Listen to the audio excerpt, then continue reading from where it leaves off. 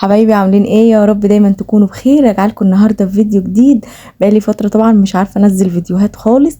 نزلت لكم كده من اسبوع تقريبا او 10 ايام بوست كده على القناه ان انا والله ما عارفه انزل فيديوهات خالص، وان الحمد لله ربنا اكرمني وولدت. طبعا هو اي نعم ان انا ولدت في السابع، بس والله فضل ونعمه من عند ربنا ان انا قمت بالسلامه، وكمان بنوتي قامت بالسلامه معايا برضو.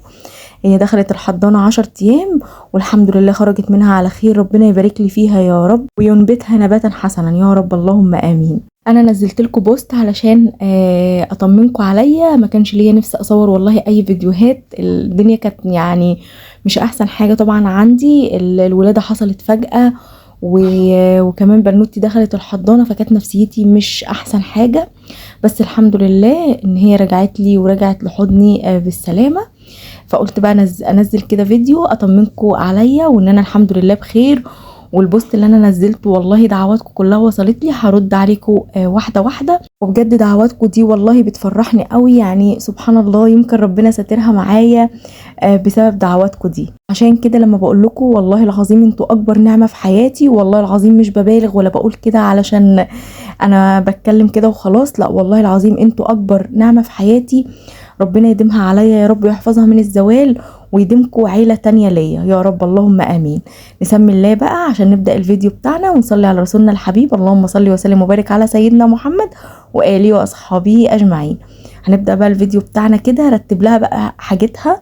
طبعا ما كنتش مرتبة اي حاجة. انا الفيديو اللي كان قبل ده الفيديو اللي كنت تعبانة فيه ونزلته لكم، يعني بقاله حوالي 20 يوم، دخلنا في شهر كده اللي كنت تعبانه فيه. وبقول لكم ان انا تعبانه كان قبل الولاده. طبعا حصلت الولاده بقى مفاجاه كده، والحمد لله. وفضل ربنا وكرمه كان كبير قوي عليا، الحمد لله والله العظيم الحمد لله، حمدا كثيرا طيبا مباركا فيه. تعالوا بقى كده نحضر شوية حاجات. الأدوية بتاعتها جبت العلبة دي، العلبة الكبيرة ديت، وقلت بقى احط فيها الأدوية والحاجات وأدويتي برضو، حاجات المقويات اللي الدكتور كتبها لي، وشوية أدوية كده احطهم بقى في العلبة دي وبعض حاجاتها كده. وجبت السبت ده كان بتاع عندي منه كذا واحد، بتاع المشابك. قلت بقى احط فيه كده البامبرز بتاعها والرش بتاع السرة والأدوية بتاعتها والجونسون والحاجات دي كلها، حطيتها كده في الباسكت ده. قلت عشان تبقى سهلة عليا، يعني ايه لما اجي اغير لها ولا حاجة كل حاجة تبقى في مكان واحد. طبعا انتوا عارفين ان انا ما كنتش مرتبة اي حاجة خالص للولادة، والله ما كنت يعني كنتش عاملة حسابي. الولادة كده جات لي فجأة وكل حاجة جات لي فجأة. انا لسه في السابع، فبالنسبة لي وكمان عندي امتحانات، وطبعا بالاخطار اللي طالعه من المستشفى اجلت طبعا امتحاناتي. انا يا دوب امتحنت من التربوي مادتين 2 بس، وخلاص كده مش هينفع ان انا اكمل بقى امتحاناتي، انا خلاص ولدت. والهدوم حتى كنت لسه شارياها وما لحقتش افرجكم عليها. كنت شاريه لها هدوم من فاني باني وما لحقتش اعمل اي حاجه. انا ما كنتش ناويه اصلا اشتري الهدوم دلوقتي، انا قلت لما اخلص امتحاناتي.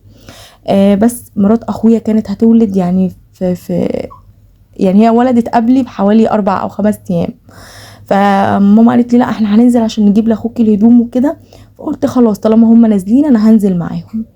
نزلت وما كنتش مرتبه ان انا هجيب دلوقتي. هي ماما بصراحه اللي جايبه لي الهدوم ديت، يعني هي جابت لاخويا وجابت لي. فقلت ايه بعد كده بقى بعد الامتحانات ابقى اكمل. فكانوا في الكيسه زي ما هم، ما طلعتش اي حاجه ولا رصيت اي حاجه، حتى ما فرجتكمش عليها، لان انا لسه هشتري حاجات تانية وهجيب حاجات تانية يعني. فقلت بقى ابقى افرجكم كله مع بعضه. فانا لسه ناقصني حاجات برضو. والهدوم عايزه اقول لكم ان من حجمها، يعني انا ولدت حجم بنوتي كيلو 700 جرام. طبعا يعني ايه بتبقى ازيد شويه بعد يوم او يومين بتلاقوها نزلت، ممكن تكون كيلو 600 جرام. فكانت ضعيفه جدا. انا يعني عايزه اقول لكم ان انا ما شفتهاش لما ولدت انا ما شفتهاش. خرجت انا من اوضه العمليات انا ما شفتهاش. طبعا خدوها بالحضانه طبعا ودوها مكان بعيد، يعني المكان ده حوالي بعدينا بساعتين او ساعتين ونص. تمشي كده في طريق هو نفس المحافظة، بس في بنات ممكن تبقى عارفاه اللي هو شبرخيت. الحضانة بتاعتها جات لما كلمنا 137 الطوارئ تظبيطات كده وشويه حاجات، لازم تكلمي الكول سنتر وهم بيوزعوكي للحضانه الفاضيه او الحضانه المتاحه ايا كان بقى، تيجي في محافظه تانية او قريبه منك مش قريبه منك. بصوا عندها زغطه دلوقتي. قريبه منك او مش قريبه منك، هم بقى الكول سنتر بيوزعوكي. فجت الحضانه كده لان احنا ما كناش لاقيين حضانات، والدكتور كان قال لي خلاص انا هحولك تاني. لما رحت له تاني مره والميه كانت خلاص نشفت خالص. بصوا ما شاء الله الطب ده والله. بصوا جايبه لها شويه هدوم حلوين قوي، وكنت لسه هكمل بس الحمد لله هنجيب لها احلى هدوم. فالدكتور قال لي انا ما عنديش مشكله ان انا اولدك. ده كتب لي جواب للشطب تاني، يعني انا كنت شطب فيه من 2-3 مثلا، كتب لي تاني لما رحت والميه بتنزل بقى خالص وان شبه خلاص الميه بتنشف. كتب لي تاني جواب عشان اروح بالشطبي. طبعا انا قلت مستحيل اروح الشطبي، وقال لي انا مفيش مشكله. هي كانت المشكله كلها في الحضانه بس الحمد لله. ناس قالت لنا لازم قبل ما بعد ما تتولد كلموا 137 اللي هي الطوارئ، وان شاء الله اللي هي طوارئ الحضانات، وان شاء الله ربنا هيكرم وهيلاقوا لكم حضانه.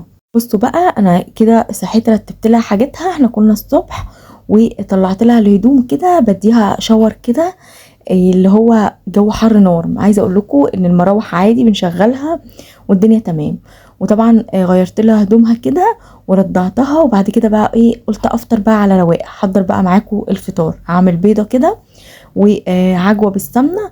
عايزه اقول لكم طبعا ان انا الفتره اللي هي كانت فيها في الحضانه ما كنتش بحاول اكل سمنه، ما كنتش بحاول اكل حلاوه، كنت بحاول ابعد عن الحاجات دي اللي هي بتزود اللبن. كنت ببقى يعني هو اللبن اصلا قليل عندي الفتره اللي قعدتها في الحضانه 10 ايام، فتره طويله برضو، فاللبن عندي قليل. فبحاول دلوقتي ان انا اخد طبعا البرشام عشان يزود اللبن شويه. بحاول بقى اكل جرجير، بحاول اكل حلاوه، بحاول على قد ما اقدر ان انا ننزل لها لبن، لان انا مش عايزه لبن الببرونه ده خالص بصراحه. هم مدينها طبعا علبه في الحضانه، لانهم في الحضانه ما كانوش يعني ممكن مثلا قبل ما تطلع بيوم رضعوها من الببرونه، لكن باقي الايام كلها هي كانت بينزلوا لها الاكل من الخرطوم تقريبا. هي الحمد لله اتولدت كامله وسليمه والحمد لله والله فضل ونعمه من عند ربنا. بس كان عندها مشكله في التنفس، كان التنفس الانفي بس، فده كان لازم حضانه لان هي كانت في اخر السابع. وكده كده انا قبلها برضو كنت واخده حقنه الرئه، ساعدت معايا شويه. ان طبعا الادويه لما بتاخديها والجنين لسه في بطنك يعني بيبقى استقباله ليها طبعا احسن. المهم ان انا الدكتور بقى تحدد لي الولاده ان انا هولد يوم الحد. الكلام ده كان يوم السبت يوم 12/7. اتحددت لي بقى الولاده خلاص. انا قلت للدكتور كلمته في التليفون لا انا هولد مع حضرتك، طب هتجيلي المستشفى الصبح يوم الحد اللي هو 13/7. قلت له تمام مفيش مشكله. وروحت انا كنت بقى عنده بكشف في العياده، وانا في الطريق كلمته قلت له لا انا هولد مع حضرتك، لا انا مش هروح الشاطبي. لان لما سالته ورحت مستشفى جنبنا فيها حضانات قالوا لا مفيش مكان، بس انت بتعملي كذا كذا الاجراءات اللي انا بقول لكم عليها دي اللي هي بعد كده بنتخذها. فقلت خلاص هعمل كده. وكلمته قلت له احنا مفيش مشكله الحضانه هتتظبط وكده. قال لي خلاص هتجيلي الصبح في المستشفى. تمام. انا روحت بقى البيت، عايزه اقول لكم قعدت ساعه كده، لا في ميه بقى نزلت كتير قوي لدرجه ان خلاص هم دولت ممكن يكونوا اخر شويه ميه موجودين حوالين الجنين. فكلمت الدكتور قال لي لا لازم تيجي دلوقتي حالا. طب انا كنت هولد الصبح زي ما قلت لكم مش مرتبه اي حاجه خالص، لا لازم تيجي حالا دلوقتي. انا خايفه طبعا على الجنين، ويعني مش عايزه اقول لكم ان انا خايفه على نفسي قد ما خايفه على اللي في بطني. غير كده كمان الدكتور طمنا قال ان هو والله ممكن ما يحتاجش حضانه، يعني ممكن ما تحتاجش حضانه بس احنا بنحط احتمالات. ان انا والحمد لله قمت بالسلامه وولدت. وطبعا انا ما شفتهاش وبحمد ربنا ان انا ما شفتهاش بعد ما ولدت، علشان فتره قعدت فيهم ال10 ايام في الحضانه انا كنت حاسه بنفسي ان انا وحيده. انا ما شفتهاش بس حاسه بنفسي ان انا وحيده جدا. يعني برضو طبعا الولاده كانت قيصري، فبقول اهو هشد حيلي عشان لما ترجع لي وكده. بس الوضع بيبقى برضو صعب جدا، ربنا ما يكتبهاش على حد يا رب. واي بنوته حامل ربنا يكمل لها حملها يا رب على خير يا رب. 9 شهور. والناس برضو اللي بيبقى طفلها في الحضانة، ربنا يرده لها يا رب. فالحمد لله على كل حال.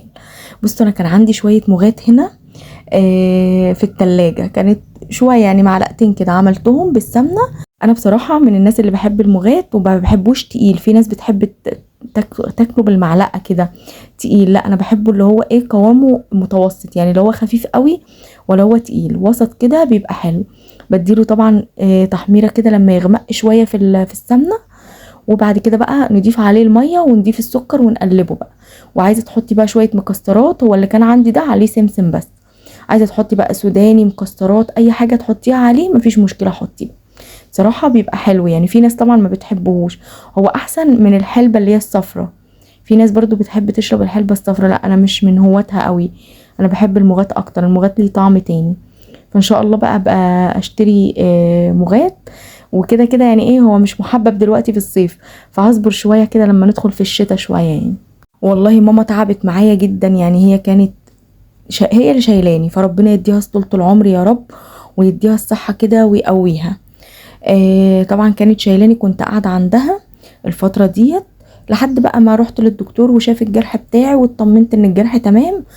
روحت بقى بيتي علشان ماما جت معايا بقى تشوف بقى، عارفين انتوا بقى، غيرت لي طقمة السراير، روقت لي البيت، قعدت تعملي شوية حاجات، لان انا كنت سايبة الدنيا بقى ايه، في غسيل عايز يتغسل وعايز يتنشر والحمد لله يعني. الفترة دي كانت، مش عايزة اقول لكم كانت نفسيتي تعبانة قد ايه، وعدت عليا كانت صعبة جدا. بس بجد والله العظيم بشكركم جدا، انتوا يعني زي ما قلت لكم انتوا اكبر نعمة في حياتي، ودعواتكم دي مش يعني مش عايزة اقول لكم بتعمل فيا ايه، ربنا يكون ليا فيها نصيب. وانا يعني حاسة ان ربنا اكرمني بجد بسبب دعواتكم ديت، فاللهم لك الحمد ولك الشكر يا رب. وانتوا عارفين طبعا ان الوالدة طبعا بتقعد 40 يوم بقى مفيش صلاة ولا اي حاجة. هيكون ان شاء الله اول لقاء بيني وبين ربنا، ان طبعا حصل لي ركعتين شكر على النعم اللي ربنا غرقني فيها دي كلها، فالحمد لله. وطبعا حابة اشكر الناس اللي اهتمت بيا واللي بجد سألت عليا، ويعني مش عارفة بجد اقول لكم ايه، يعني شكرا بجد ليكم. والناس اللي بتقولي ان هي بتبقى عايزة رقم الواتساب بتاعي، انا يا بنات سايبه لكم رقم الواتساب بتاعي في البايو، اي حد عايز يكلمني انا مفيش مشكلة. وفي بنات منكم كمان بتدخل تكلمني على الواتساب وبرد عليهم، يعني انا بصوا انا من عادتي ان انا مش بطنش حد، لما بشوف الرسالة والله برد. ف اي حد عايز يبعت لي اي حاجة. وشكرا طبعا للناس اللي سألت عليا على الواتساب، ورديت برضو عليهم وطمنتهم عليا. لما كنت بشوف الرسالة ممكن كنت بشوفها مثلا بعد يومين متبعتت، بس والله كنت برد عليكم لما بشوفها. فشكرا ليكم بجد، وانتوا زي ما قلت لكم ربنا يديمكم في حياتي نعمة، ويديمكم عيلة تانية ليا، ويديم ما بيننا كل ود ومحبة يا رب، اللهم امين. هنا بقى لما طبعا رجعت من عند ماما، كانت جايبه لي شوية حاجات وحطيت لي شوية حاجات كده في التلاجة، لان طبعا ما كنتش قاعدة في البيت، فالتلاجة ما كانش فيها حاجة بقى، اللي هو ايه، في حاجات متشطبة كده ومش موجودة. لما خلصت بقى الحاجات اللي ماما جايبها لي، جوزي بقى هو اللي ادى تسويقه كده على السريع الحاجات اللي ناقصه، جاب شويه حاجات وهو راجع من الشغل. قلت بقى انظمها، احطها بقى في منظمات التلاجة، وكنت غسلت منظمات التلاجة واديت مسحه للتلاجة على السريع. بصوا انا بعمل، بس بعمل واحده واحده، يعني ممكن اعمل مثلا امسح التلاجة واقعد شويه وبعد كده اكمل. وكمان جايب بطاطا، هي البطاطا كبيره شويه، حجمها كبير، عايزه تتشوى كده، بديها بقى لماما تشويها. وظبطت الدنيا. والعنب كمان عايز يتغسل. انتوا عارفين بقى لما ست البيت بتتعب، بيحصل حاجة، بيبقى البيت الدنيا بقى مش متظبطة بقى كده، والبيت تحسوا فيها رجالة كده. وانا من الناس، انتوا عارفيني ان انا لما البيت بيبقى من حواليا مش مترتب ببقى نفسيا تعبانة، يعني انا تعبانة تعب نفسيتي بقى. بس والله الله يبارك لها، ماما جت غيرت لي زي ما قلت لكم طقمة السراير، وروقت لي شويه حاجات كده، فربنا يبارك لي فيها يا رب، ويبارك في صحتها ويبارك في عمرها. وجوزي برضو والله يعني ربنا ما يحرمنيش منه، ويديمه نعمه في حياتي ويبارك لي فيه ويوسع رزقه يا رب، اللهم امين. والله العظيم يعني بجد برضو في الفترة دي دعمني كتير، الحمد لله، اللهم لك الحمد والشكر يا رب. هحط بقى الحاجات دي في التلاجة، واخد بقى العنب كده اغسله، بحط له بقى شوية ملح كده وشوية خل انقعه فيهم شويه وبعد كده بقى ايه اديله غسله كويسه. وهنا بقى هشيل الحاجات كده في التلاجة. وكمان كنت والله بجهز الغدا بس الكهرباء قطعت، هتشوفوا دلوقتي وانا بجهز الغدا الكهرباء قطعت عليا. كنت عامله الغدا بقى، قلت اشارك معاكم الغدا، بس الكهرباء ما كانتش متظبطه في اليوم ده، يعني وانا بحضر الغدا الكهرباء قطعت. كنت عامله بقى ارانب، وكنت عامله رز، كنت عامله لسان عصفور. فالحمد لله يعني. وكنت عامله بقى ليا انا ارانب وليهم هم لحمه، كنتش عايزه، عارفين ان اللحمه مش جايه على نفسي خالص، عملت ليا انا ارانب. الحمد لله ده كان يومي، وحبيت اشاركه معاكم كده واطمنكم طبعا عليا، والحمد لله والله انا بخير وكويسه. بس طبعا ما استغناش عن دعواتكم، ما تنسونيش كده في دعواتكم.